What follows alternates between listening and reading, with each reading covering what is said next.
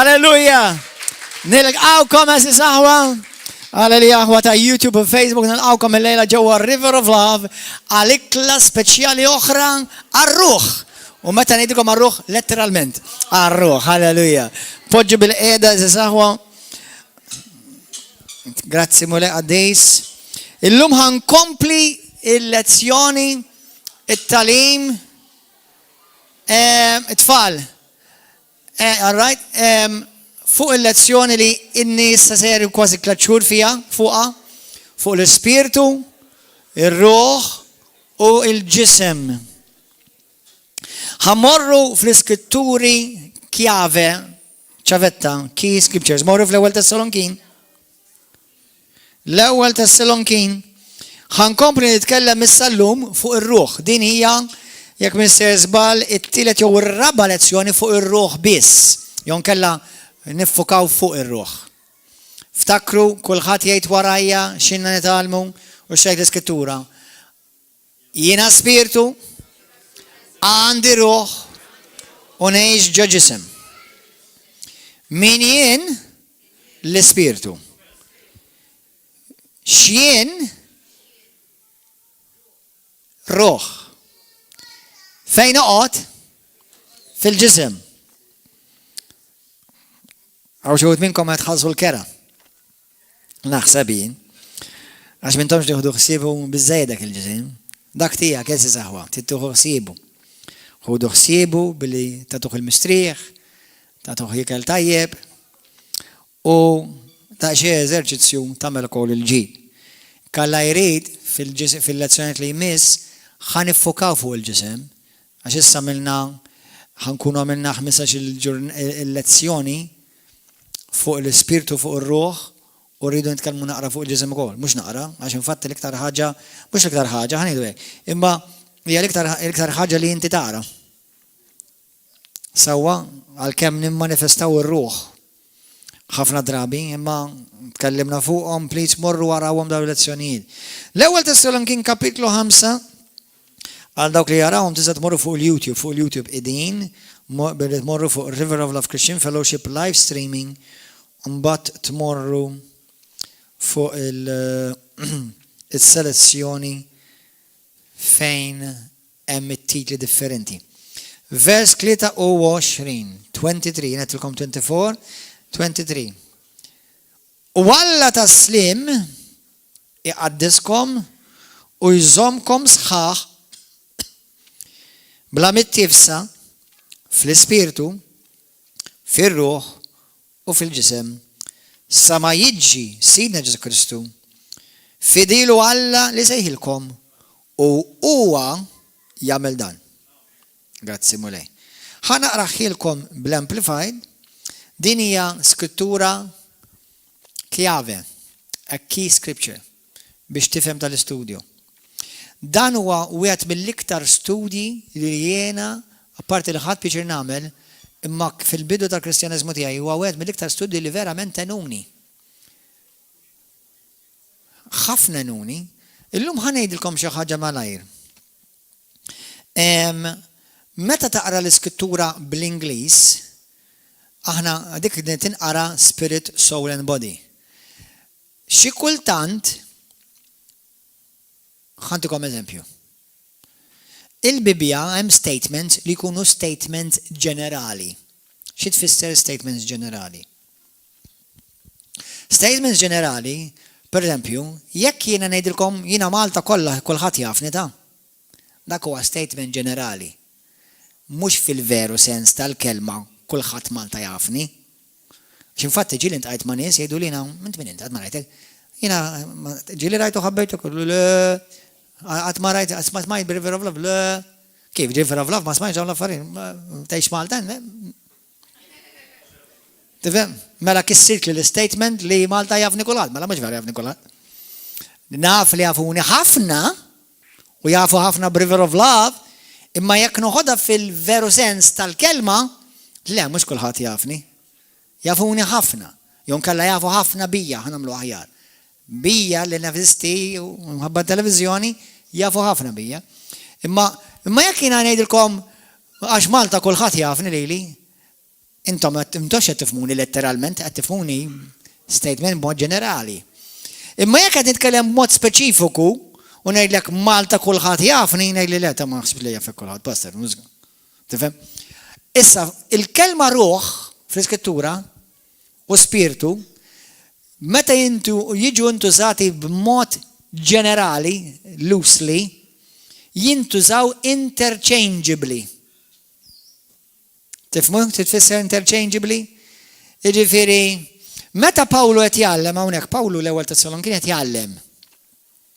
Però fl-Atti tal-Apostli jgħidlek u 3000 ruħ salvaw u naqdu mal-Knisja. Ġifi, da ruħem bojs l-Ispirtu tagħhom ġaralu. Qed tifhem? Dik ma kienx tali, ma dak that is a statement, a general statement. Qed tifhem xejdula? Hyperbolic. Għajken? Jiġifieri qed nitkellem b'mod ġenerali. Imma meta tnaqallem issa u għala s-suġġett huwa fuq l-ispirtu u fuq ir-ruħ fil-ġener, ma nistax ngħidilkom hawnhekk pereżempju hawn 300 ruħ. Għalkemm ngħiduha bil-Malti? Ngħidilkom hawn 300 spiritu li għandhom 300 ruħ. Li ovvjament għandhom 300 ġisem. Avolja suppost mid-żewġin ġisem wieħed, allura mbagħad irridu nagħmlu ħafna division. U mbagħad ninaqdu hemmhekk għax insomma anyway. Allura isimgħuni aħwa. Mela, meta nitkellmu b'mod ġenerali, di importanti għalik, għax jekk inti waħda mill-affarijiet fil-bidu jiena meta kont għadni fil-bidu fil-mixja tiegħi, meta bdejt nara ruħ użata b'mod speċifiku u l-kelma ruħ użata b'mod ġenerali, itħawwat. Qed tifhem? Ir-ruħ salvata jew mhix salvata, ir-ruħ qed tiġi mifdija jew tiġi mifdi. Allura tittuħ ħsieb fejn qed ċertu kliem qed jiġi użat b'mod ġenerali, hyperbole, bl-Ingliż jgħidula, jew qed jitkellmu b'mod speċifiku.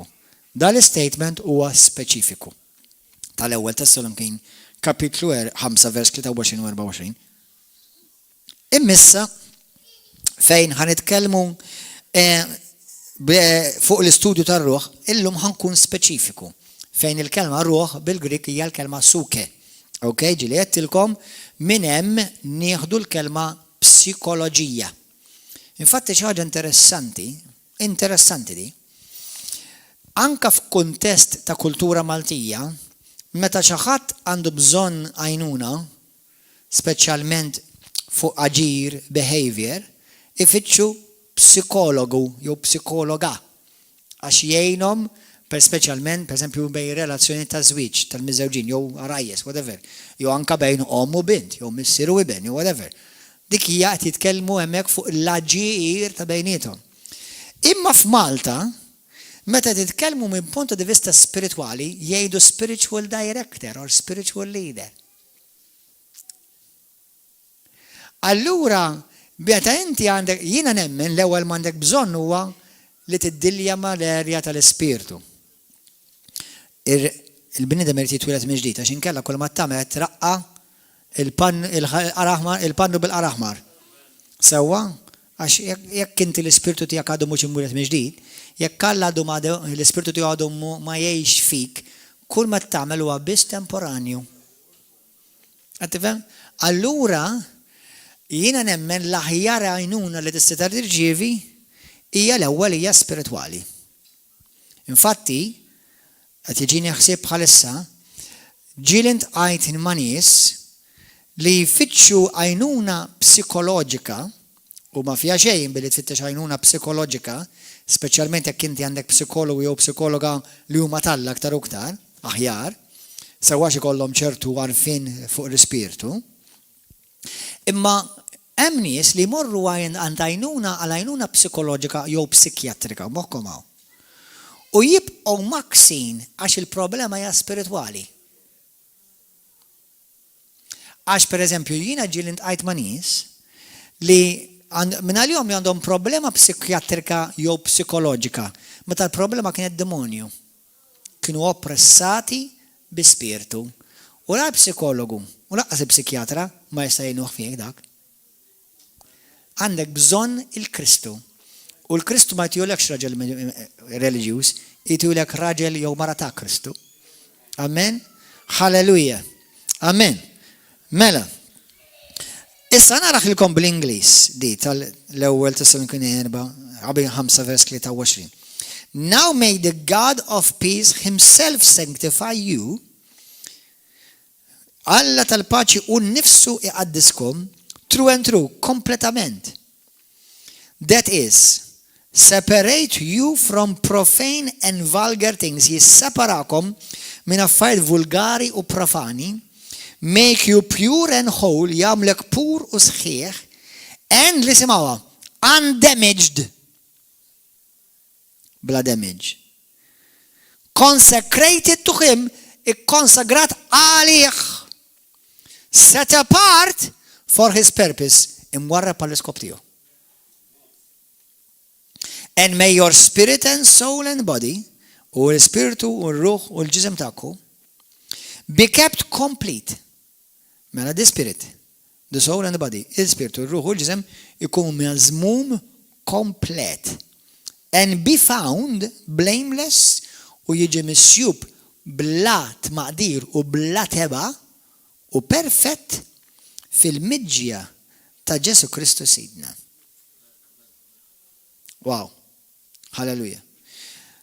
Li kien ġa nipprova ħanamilkom daqsxejn iktar faċli għal dawk li forsi għadkom fil-bidu tal-mexja tagħkom.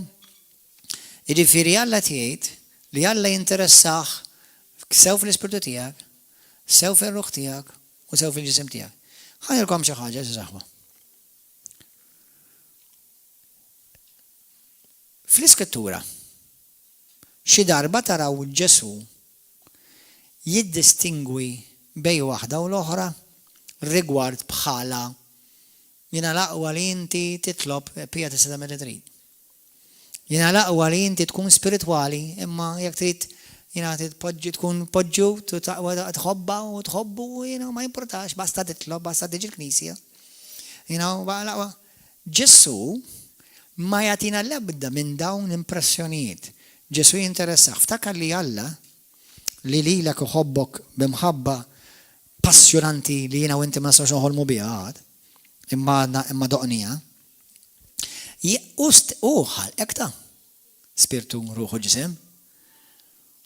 U hu jinteressaħ it-tlieta l-huma. Naf l-iskrittura tgħid li dan il-ġisem ma jridx il-ħajja ta' dejjem. Imma biex tidħol fil-ħajja ta' dejjem tittuħu ħsieb dan il-ġisem. Għax jekk inti tniġġes dan il-ġisem, tista' wkoll timmissja l-ħajja ta' dejjem. Infatti, l-iskrittura bl-aktar mod tindika, mhux tindika, ċarissimu, li jekk inti tabbuża ġismek, drogi, alkohol, sess, tkun qed iġġib lilek innifsek fil-periklu li titlef ruħek. Jew nkella titlef literalment li inti spiritualment tintilef. Jiġifieri għal dawk li advokaw li ġismek mhux daqshekk importanti, mhux għal Pawlu, għax Pawlu qalilkom imħabba dnub tal-ġisem, qed poġġilkom infuskom fil-periklu tat-telfin. Għalhekk diffiċli tifridhom u għalhekk Kristu ma jifridhomx. Jiddistingwihom imma ma jifridhomx. Għax jekk bħalma ġieli jettilkom, Ġesu jiġi llum jew xi waħda minn daw is-services u jiftaħ das-saqaf u jiftaħ is-sema jew jiena u inti nkunu għadna ħajjin f'dan il-ġisem fuq din id-dinja u tinfetaħ is-sema u jiġbor il-Knisja tiegħu, jiena u inti Ġesu mu ħajħalli xejn minn dak li diġà għandi jew moħħli. L-ispirtu ħajtla. Ir-ruħ li aparti oħra mill-ispirtu imma distinta ma flimkien magħha ħajitla u r-ruħ ħajitla imġeddet mibdul f'ħakka tajni trasformat, allura ma ħajjiġi u l-ġisem għalhekk ħajjiġi trasformat mibdul f'ħakka tajn u ħajitla wkoll fil-ġenna. U hemm meta jgħidilna Ġesu minnek ma rid naħli xejn u minnek fajna jalla m'hemm xejn secondary, kollox primary. Amen. Għalhekk ħuħsieb ġismek, ħuħsieb ġismek. U ċertu affarijiet biex tuħsieb ġismek għalkemm qed nitkellem naqfu ġisem issa, Imma affarijiet li inti tista' tagħmilha ġismek, li tista' tagħmilhom faċilment. Issa nitkellmu fil-jiem li ġejjin. M'hemm bżonn tqattal il-ħin fil-ġim minn filgħodu filgħaxija, naqra ġim jew exercise tagħmilek ġid, l-iskrittura tgħidlek li tagħmilek ġid. Sewwa imma tista' tagħmel affarijiet li forsi tgħid jiena jew ma nħobbx nagħmel exercise, forsi għandek ċertu età jew forsi għandek ċertu injuries u anke forsi għandek xi xkoras. Jekk għandek xi xkoras illum nitolbu għal deliverance. Halleluja. Naf għax inti mbagħad tidħol f'rutina. U believe it or not, faċli tidraħħa dik ir-rutina. Amen, u sfanka fi żmien, anke li żmien li qed ngħaddu di tal-COVID, minħabba ħafna gyms magħluqa, ħafna forsi ma jistgħux joħorġu mhux biss imħabba li imma forsi mħabba dawk li jgħixu magħhom. Tifhem, pereżempju brother qalli pastorina qalli mhux għax jiena ma nibżax niġi. Qalli ma jiena jekk qalli jarħu lej jagħmel ma taqbad nirili. Jiena nemmel infiq, imma jiena li nagħmel ġimatej l-ommi ma nistax nirsaq lejha u jiena biss nieħu ħsieb għax kan nagħmel. Allura tifhmu. Ovvjament, jiena xorta nipprova. Ninkoraġġi lil min għandu f'dak is-sitwazzjoni xorta ma jimxiex bil-biża u jimxi bil-fidi. Imma tifhmu. Tifhem persuna bħal dik li jekk inti għandek tiddependi fuq dan ir-raġel biss. Jekk imratu nemmel li fiq u anku qalli nemmel li fuq jien għalli ma xħan għamel l-ommi. Ġimataj ma nesax l-ommi, meta jimbistu uħsiba. Mandel ħat juħsib l-ommi. Allura, dik nista' nifhem li tiġi f'sitwazzjoni prekarja. Sitwazzjoni diffiċli. Halleluja. Anyway, halleluja. Mela, morru issa fil-ktib tal-Lut. Però, eżis aħwa, komplu dawk li intom verament b'xi mod għandkom raġuni validissima li timmestawx ix-xirku, taqtawx mix-xirka, taraw il-videos, taraw il-preachings, taqtawx anke jinnaf tinaqdu tintaqgħu maħwa. Jekk volja, jiddependi għax wara kollox inti tista' jiena dejjem ngħidlek. Inti tista' tmur sala tal-fruħ u ma jabdak xejn. U jgħaddi ġarat dejh wieħed u jbellalek kollox. Jekk inti ħatimxi b'dik il-mentalità. Tifhmu? Jiġifieri għalhekk jiena nemmen li l-ħajja titkompli għaddejja, il-ħajja titkompli sejra, jiena rrid nimxi bil-fidi, ma rridx nimxi bl-ebda forma ta' biża', li nuża kawtela tajjeb għax dik il-kawtela mhux issa biss tuża dejjem. Sewwa, immenwe. Alleluja. Mela fl-ewwel fil-ktib tal-Lut, kapitlu 4. Issa din iskrittura ħanerġgħu missuha fl-aħħar tal-message. Lut, kapitlu 4. Daw l-iskritturi qed nagħtihomkom jekk inti tinnota kemm il-darba żgħidihom. Vers 12 biex intom tkunu midħla sew ma' din l-understanding. Vers Hebrews 4:11. Il-kelma ta' Alla hija ħajja u qawwija taqta' aktar minn xabla b'żewġ tixfar, hija tinfed sa tifred minn xulxin lir-ruħ u l-ispirtu. Għalkemm huma ħaġa waħda fl-istess ħin, like 2 in 1, imma tifridhom, għalkemm huma flimkien, però huma distinti. Tifridhom ir-ruħ u l-ispirtu u l-ġog u l-medullun u tarbel il-ħsibiet u l-femiet tal-qalb. Din importanti l-aħħar frażi, l-aħħar biċċa importanti għall-lezzjoni tal-lum rigward ir-ruħ, rigward li issa kulħadd jgħid f'din l-iskrittura. X'isir mill-ispirtu tiegħi kulħadd jgħid hekk. X'isir mill-ispirtu tiegħi?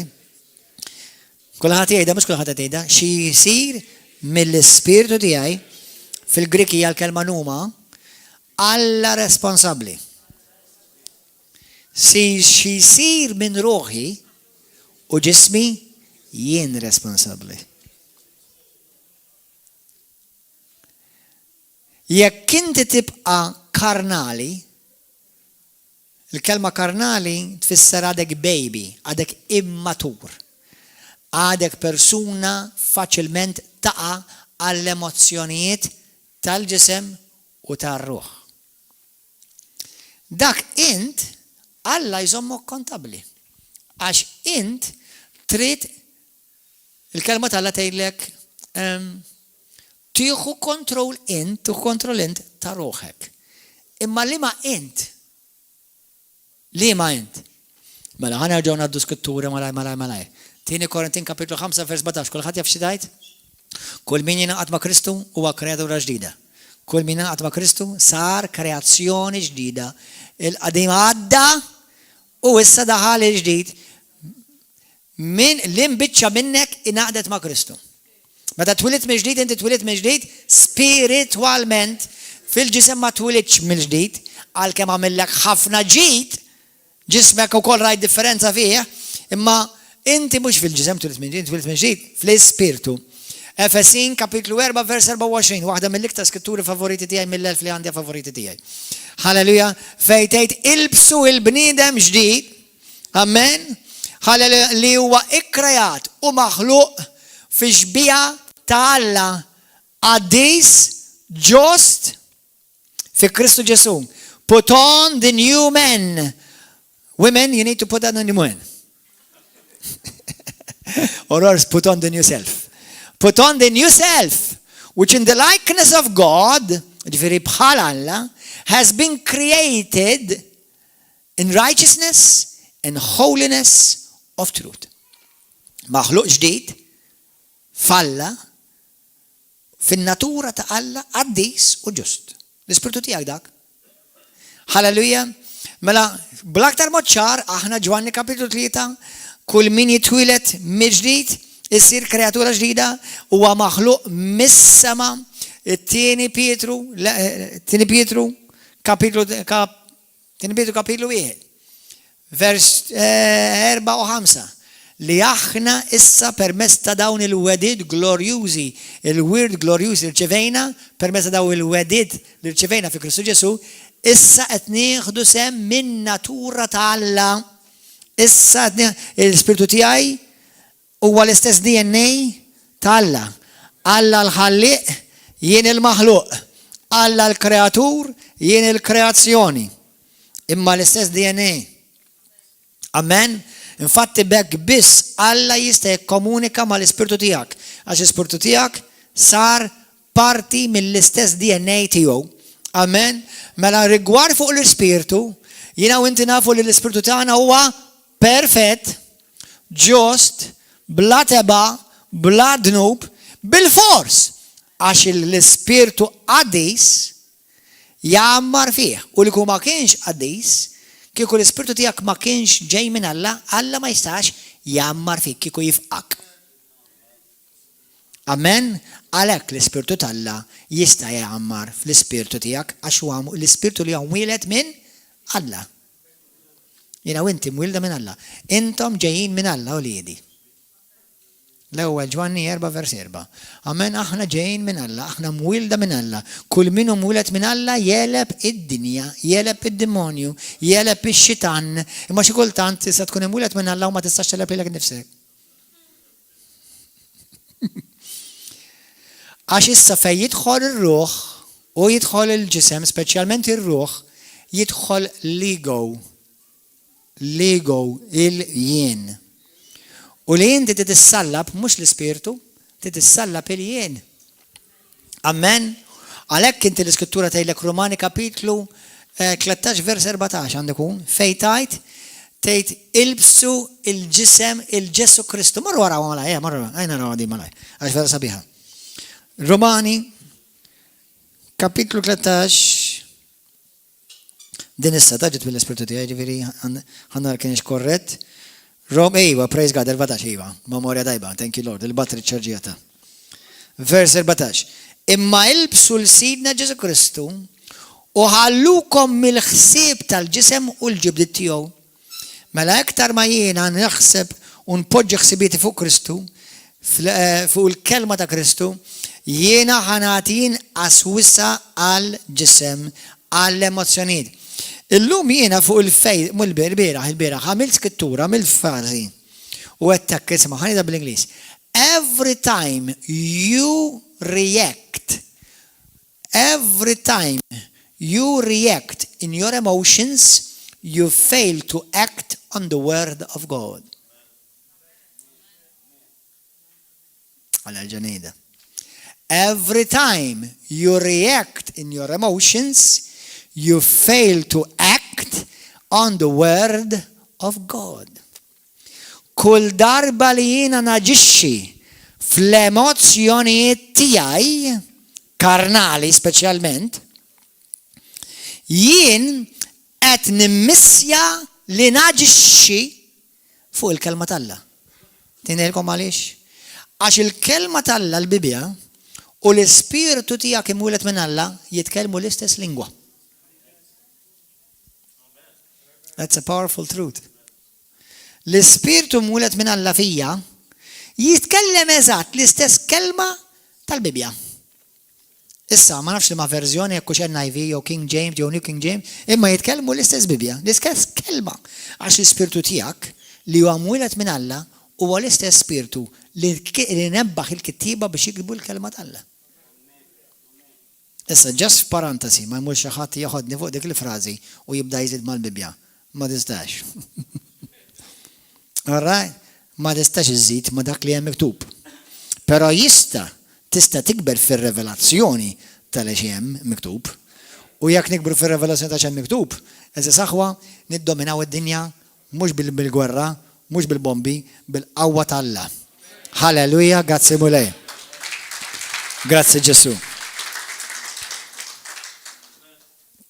Amen. Mela kulħadd jgħidha warajja l-ispirtu tal-Alla u l-ispirtu fija jitkellmu l-istess lingwa. L-ispirtu tal-Alla fija u l-kelma tal-Alla jitkellmu l-istess lingwa. Għalhekk inti għandek bżonn taqra l-Bibja, mhux biex tikber fl-ispirtu, biex tallem lir-ruħ tiegħek taġixxi bħal l-ispirtu mwieled minn Alla fik. Wow, it's powerful. Tifhmu aħwa? This is truly powerful. Għalhekk inti meta taqra l-Bibja jekk tinnota, tħossok mimli. Tħossok tajjeb. Tħossok isek għamilt xi achievement ta' barra minn hawn. Għax infatti vera barra minn hawn, għax mhux ta' din id-dinja, hija tas-salta. Fis-serjetà. U meta inti tibda tinneglect taqra l-Bibja, tibda tinnota, tibda tħossok dajjef. Però fil-veru sens tal-kelma inti mhux fl-ispirtu tkun iddajjeft, tkun iddajjef fir-ruħ. Ir-ruħ għandha bżonn l-ikel. L-ispirtu diġà qiegħed konness ħaġa waħda ma' Kristu, kull min jingħaqad ma' Kristu ħaġa waħda miegħu, spirtu wieħed miegħu l-ewwel Korintin 6:17. Qed tifhmu? Imma mbagħad jidħol fl-erja fejn tista' tiġi fil-periklu. Li l-ispirtu tiegħek tat jibda jinxef, tant inti tibda tħossok dajjef li tispiċċa tiċħat il-sidek. U jekk taħseb li da ma tistax issir minnek, you better read the Bible għax ħafna għamluha. ċaħdu l-sida. Għalhekk inti meta tasal quddiem Kristu, ħajdlek well done my good and faithful. Jiġifieri faithful inti titagħmel parti tiegħek. Mhux biex issalva, ma biex tibqa' salvat. U mhux qed ngħidlek għax inti trid tagħmel xi opri, imma inti salvat, issa trid tgħix għal Kristu x'inkellem inti salvat xejn. U mhux qed ngħidlek li ma tagħmel żbalji għax tagħmel żbalji, imma meta tagħmel żbalji jiddispjaċik għall-mewt, letteralment. Jiddispjaċik, u jekk inti tagħmel żball u ma jiddispjaċikx, wis probabbli diġà mejjed. Amen. Halleluja. Grazzi mulej. Mela, ikun infaħħar Ġesu Kristu. Mela, kulħadd jgħidin, mela. Il-vera jien u l-istess bħal Kristu. Infatti Romani kapitlu 8 xtajt, min m'għandux l-Ispirtu ta' Kristu mhuwiex Alla. Illum ċempilli xi ħadd li ra l-programm tat televizjoni tiegħi. U li ta' sikwit iżegwi l-programm, u probabbli ħajspiċċa jara dan li qed ngħid illum. U għalli smajt x'qalu fuq dak il-channel kollu ross. Li l-istampa toħroġ kollha ross. Għal kien hemm assis u bdew jiddiskutu. Jekk Ġesu kienx jagħmel ċertu affarijiet li jagħmlu l-irġiel. U qal il-kelma eżatta, mhux qal bħal Mattin. Għalli Alla ħareset inti pastor, għalli għax fuq il-gazzetti kienu jġibuk. Għalli imma daw il-qassisin sfortunatament naf li mhux kollha. Imma allura l-għar qed jiġu fuq televizjoni ibagħtu naqra erba' minnhom li huma vera għandhom l-Alla jekk jogħġobkom. Għalli ma daw kif jiġibhom, għal kif ħalluhom. Isimgħuni aħwa. Meta inti tant hemm ħażen ġewwa. Inti tiġa mikul minn ġewwa ma tistax tikkorreġi dak li hemm barra ta'. Inti tant ikun hemm tant knisja tkun imħassra minn ġewwa li barra mhux issa. Jiena nista' ngħidlek pereżempju immaġina pejpux tantom għax ħażin.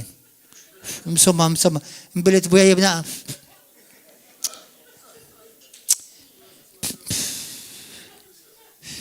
Dan kif pejpu?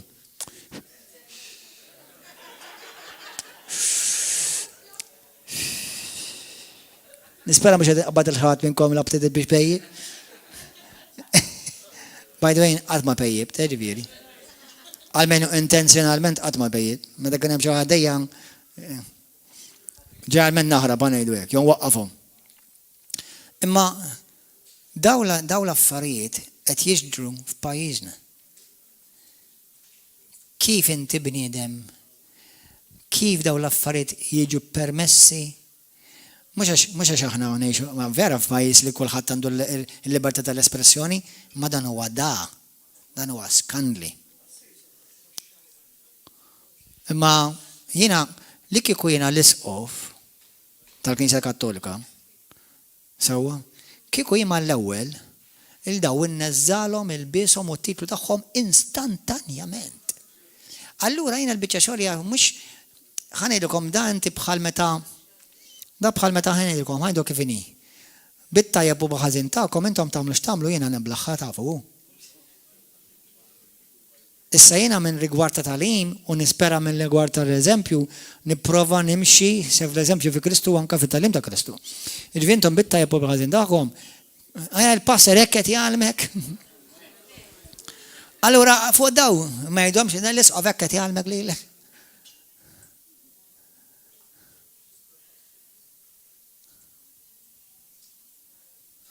Għażiż aħwa, fil-moviment li aħna nagħmlu parti minnu, moviment apostoliku pentekostali karizmatiku, aħna meta jsiru dawn l-affarijiet bniedem bħal dak jitneżza minn titlu kollha tiegħu immedjatament. U jekk tkun saret xi ħaġa pubblika bħal dik, tissir l-apoloġija pubblika. Għax dawn huma vera skandli abborrenti li l-om jiġu minn Ruma missa jiġu pubblikati anke fuq programmi ta' xej. U fuq stazzjoniet ta' xej.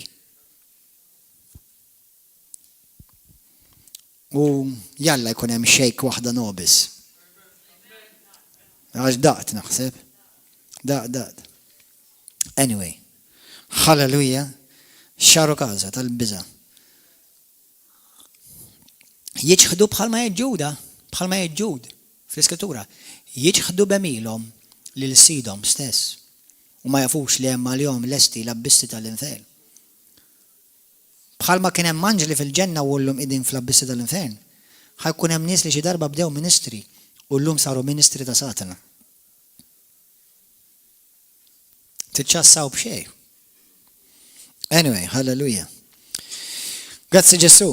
Mela, aħna fej konna, għallek is-senti jina u inti responsabbli. Morru fi ktib ta' Romani kapitlu 12 malaj.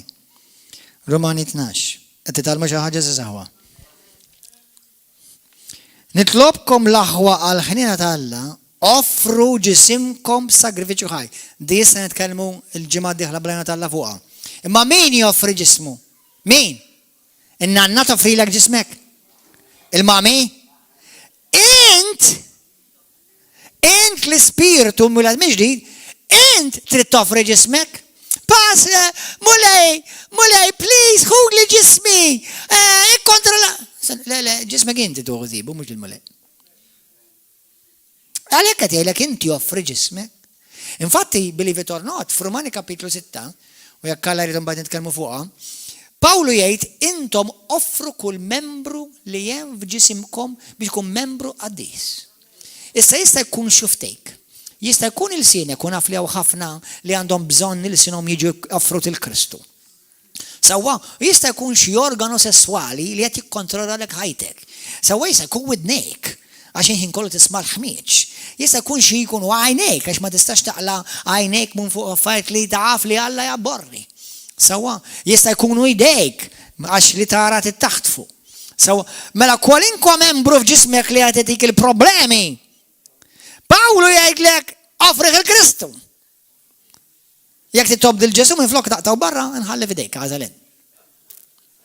Għax Ġesu jgħidlek jekk membru f'ġismek għadik it-trabil, issa mhux ngħidlek letteralment taqtaw barra da, għax tispiċċa kapuljat.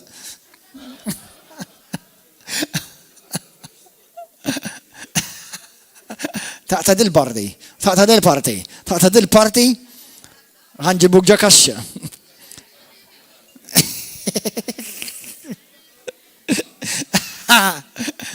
Imma ġifieri Ġesu jgħidlek kemm ġismek jista' jtik problemi.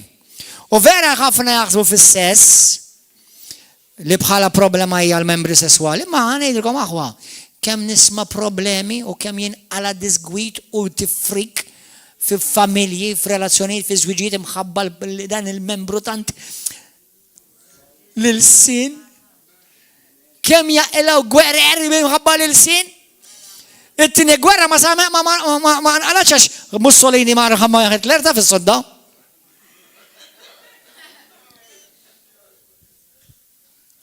Il-gwerer il-Cold War ma nqalax għax wieħed maġi il-President tal-Amerika beda jfessja il-President tar-Russja. Għax lil-sin. Dak huwa lezzjoni oħra. Alleluja. Grazzi Ġesu. Ġifri għoda attenti jaħwa. Morru għara Romani kapitlu 6 minn vers 14 u konsagra ġismek, ruħek lil-mulej. Halleluja.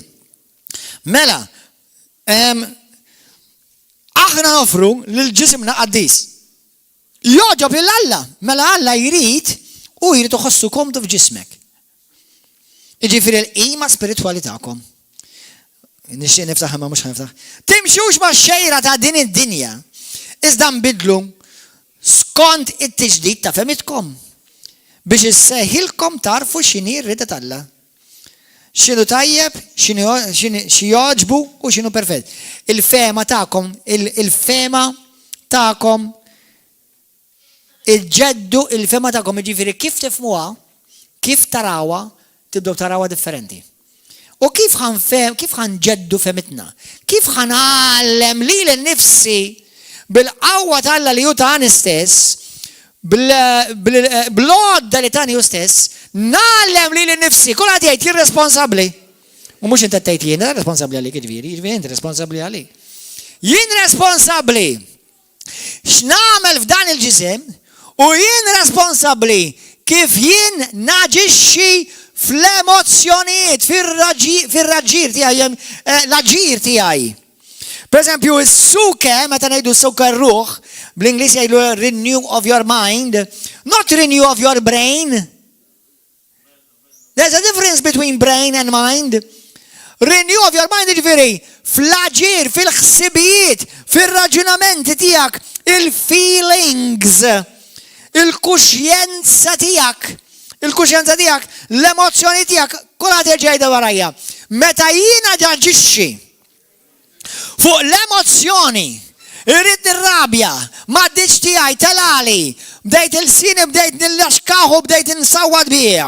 Għax jiena qabżitli, u għax jiena ma jienek u jienek, inti taf x'qed tagħmel, mhux għalli biss qed tidneb, talli qed timmissja l-marka tal-Alla.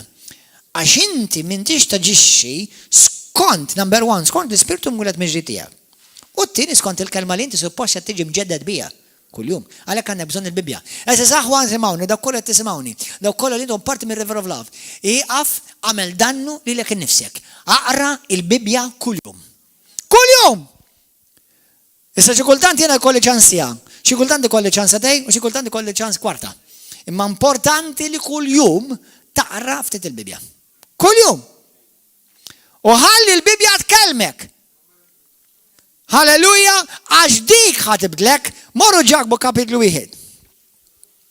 Ġakbu kapitlu 1. Mela kulħadd jaġġejda jiena responsabbli biex inġeddet il-femiet tiegħi, l-emozzjonijiet tiegħi, il-ħsibijiet tiegħi, ir-rieda tiegħi, ġakbu kapitlu 1 versu 21.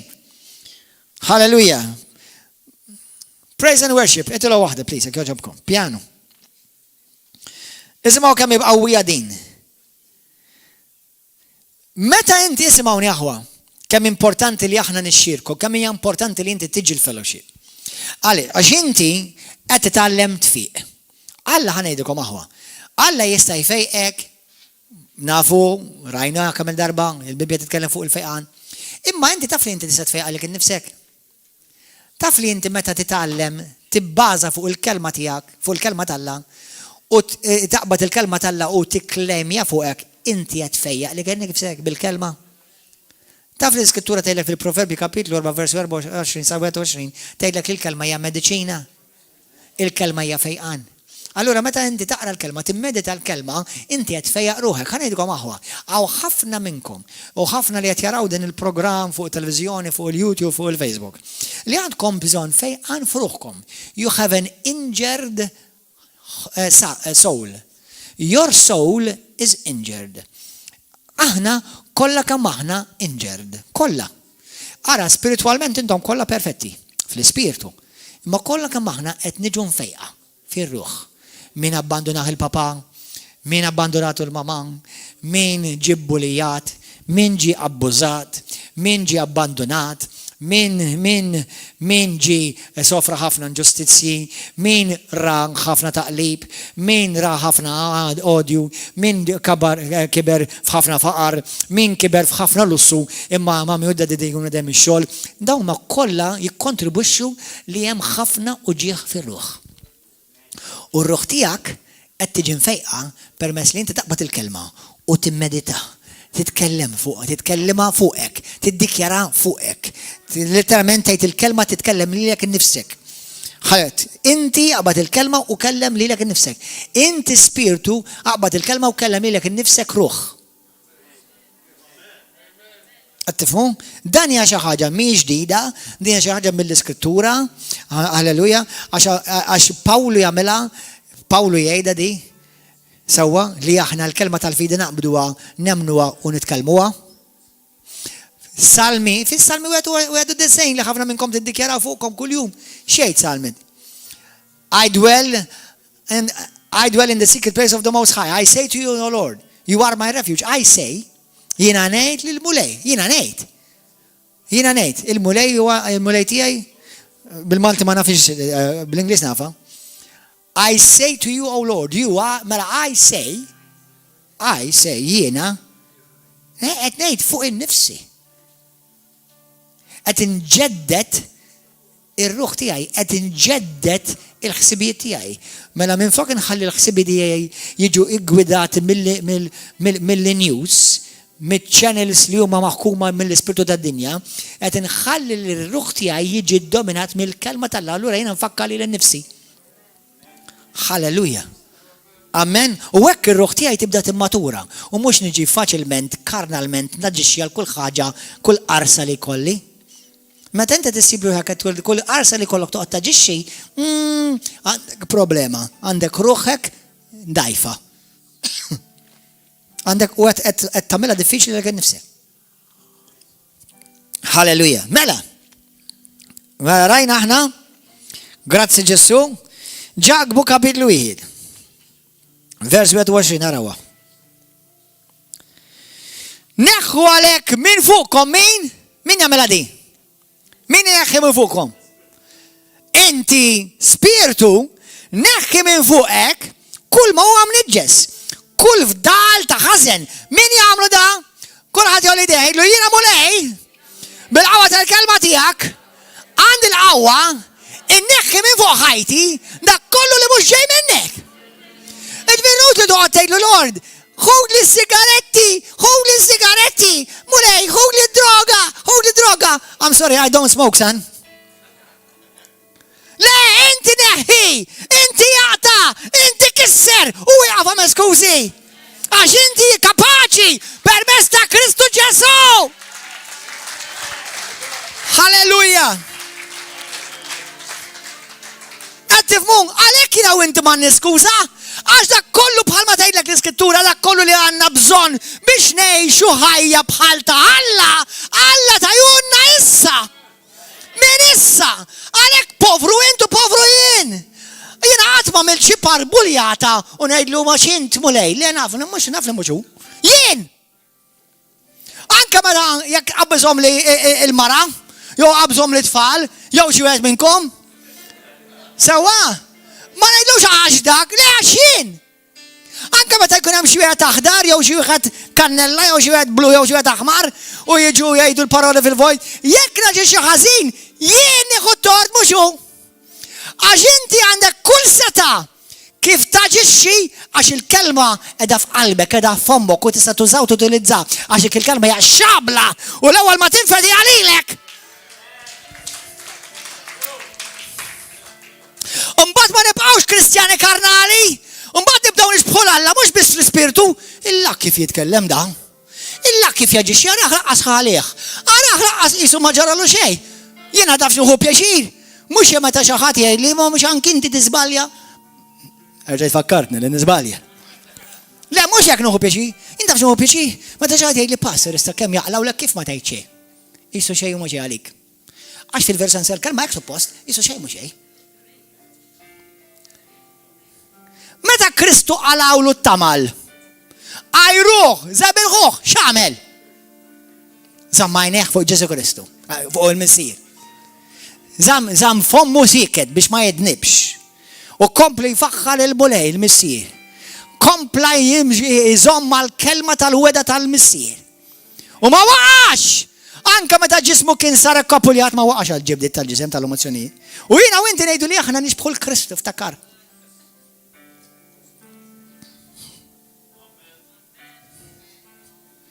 Alleluja! Għalhekk jiena u inti jien povru ta' fin povru wkoll. Imma hemm żewġ xib ta' povri. Povru li aħna nafu da kollu u ma nidolizzawx. U povri dawk li reġettaw. Dawk povri iktar imżiegen. Imma jiena u inti għandna kull awtorità available f'idejna sa stess biex naġixxu biha u dik ix-xabla x'tagħmel għandna kif rajnija li tarbel il-ħsibijiet u tarbel l-emozzjonijiet u tarbel l-immaġinazzjoni tagħna kollha. I am without excuse. Taħseb li inti ma jkollix aptit najjar lura meta jajruni? Taħseb li jiena daqshekk balalu ma tafx ma taħsibx li għandix kapaċi nirrispondi lura? Imma jgħidix ħanieħu. U ma bli jgħidu kemm hu bravu da ma jibżax. Imma tafx hemm kun għamilt jekk inkun waqgħid fil-ġisem? Ix-xitan għamel l-wekk ara. Waqa għar-rida tiegħi. U la waqa għar-rida tiegħi għamel violation tal-kelma tal-Alla. Għattifħu? Halleluja! Mela aħna neħħu kull ma nidġesu f'dal ħażin u nilqa bil-ħlawwa l-kelma mħawla fija. Kulħadd jgħid il-kelma tal-Alla imħawla fija. Taf li anke li kieku dan kieku kun l-unika messaġġ qatt tisma' f'ħajtek inti ġa taf biżejjed. Għax il-kelma tal-Alla intom Kristjani ta' kwalinkwa denominazzjoni u jekk tgħid li għandek il-Kristu Ġesu Kristu, inti diġà għandek risposti kollha. Għax Ġesu huwa l-kelma u għandek il-kelma ta' Kristu, il-kelma diġà mħawla fik. Halleluja! Jiena wint ma niskużi ta' is-sisma wa kemm sabiħa din, ħammur l-ewwel Pietru 2. U ħanitolbu wara di. L-ewwel Pietru 2. Fil-ktieb ta' Luqa kapitlu 21 vers 17 tgħidlek Ġesu tal-bliħ jgħid kemm isibha l-Iskrittura. Fluqa kapitlu 21, Ġesu jgħidilhom bl-Ingliż, possess your soul. Ippossedi ruħek. Hu control int ta' ruħek. Possess your soul. Jiena wint, ismani ħanilkom aħwa.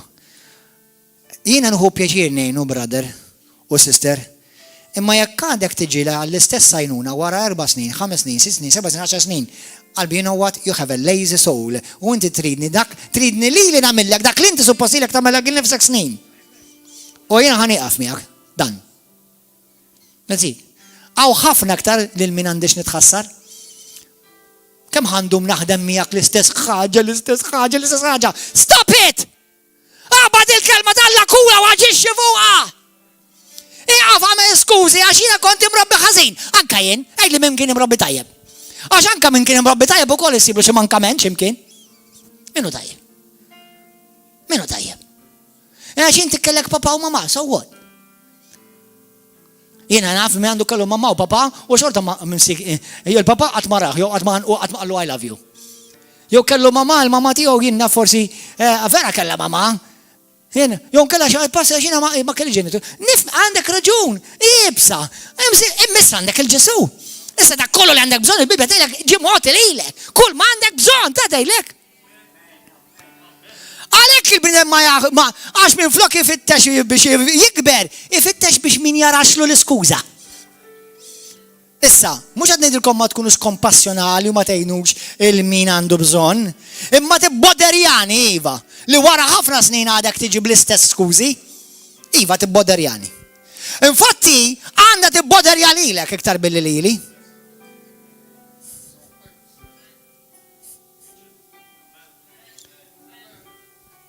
Mux għalek jizbix tijak problemi, mux għalek inti ma tistax tistikja ma ġob, mux għalix, mux dejjem mħabba l-boss, mux vero, ħafna drabi mħabba fik.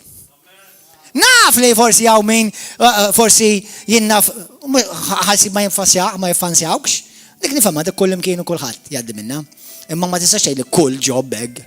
Ma tistax li il-biċa kbira ta' relazzjonieti u majak, xaħġa hija mux edha sewa minnek, mela deal with it, mur għattaħin naqra qoddim il-mera.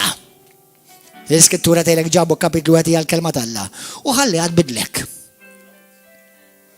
U għedlu mulej, illum smajt il-kelma tijak, inti tajni kull qawwa u autorita u kapacità biex il-kelma tijak nħalli għad biddilni u biddilli ġaddidli ruħi. Issa għandi l-ispirtu talla fija u għakbar dak li għan fija minn dak li għan fid-dinja m'għandix iktar skuża. Fisem Ġesus Kristu. Halleluja. Halleluja. Gloria al-mulej. Ja ħasra ħanilkom ħaġa ħwa. Xut minnkom li taraw dal-program, Alla għandu pjan glorjus għalik. Għandu pjan glorjus għalik u għal-martek u għal-żewġek u għall-ulidek. U għend, Alla għandu jenna fejn maġajna mluwa materjali di, ħalli tifmuni. Immaġina Alla jgħilek jina għandi id-dar ta' San Anton għalik, fej toqot. U kollu bil-qaddeja kollha miegħek ma jitabbiż ġazek ħalli ma toqgħodx naddafin. Sewwa? U inti tgħidlu lejna ma jimportax jiena kuntenta u neggarax naqa' fil-kantoniera mhux tajjeb. U ħafna Kristjani hekk jaġixxu, Alla tgħidlek jien għandi d-dar ta' San Anton għalik. Imminti għax m'intix tikber spiritwalment, jew kella soulishly, jew kella ruħament. Sewwa, qed tibqa' mela kompli jgħix fil-garax. U għalhekk ħafna mill-Kristjani, ħafna minnhom ħajtkaxxru fis-salvazzjoni u qatt ma ħajaslu biex iwettqu l-pjan tal-Alla f'ħajthom. Għax inti tista' inħobbok kemm inħobbok u nuk li jekk m'għandekx il-liċenzja mhux ħanħallek is-suq. U Alla l-istess jaħdi. Allura int qed tipposponi il-promozzjoni li għandu Alla f'ħajtek. Int. U jien ħaniqaf di l-ewwel Pietru 2:22. Isimha waħwa. Halleluja. Kif jiena ruħi tikber, kif ruħi tiġġabda, kif jiena ma nħallix l-emozzjonijiet jirkbuni, kif jiena dan il-ġisem ma jikkontrolla li ħajti. Naf, kulħadd waqajna, kollha żbaljajna, immissa let's grow up. U qed ngħidha di speċjalment li intkom suppost Kristjani snin.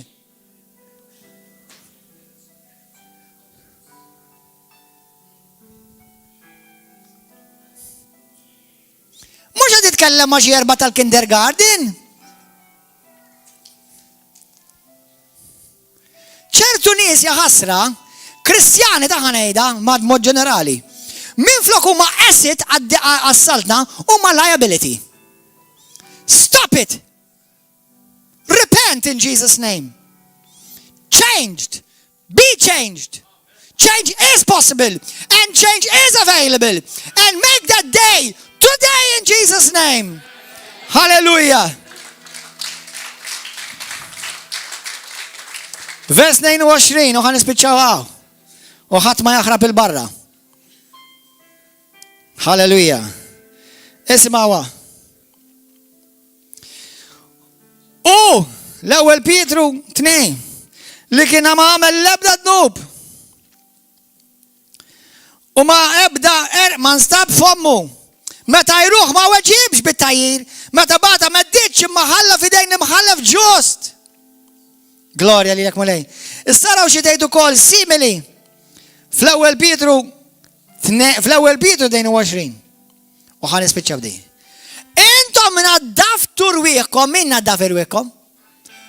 Mela mhux Alla jnaddaf lek irwieħ. Tinsix li r-ruħ hija l-emozzjonijiet, il-ħsibijiet, l-aġir tiegħi, kif il-ħsibijiet l-immaġinazzjoni tiegħi, l-emozzjonijiet, l-idejat tiegħi, mela jiena naddafhom dawk. Ovvjament Alla ma għalekx naddafhom bil-qawwa tiegħek, għalhekk ħan naddafhom bil-qawwa tal-kelma tiegħi. Tifhem isma'wa.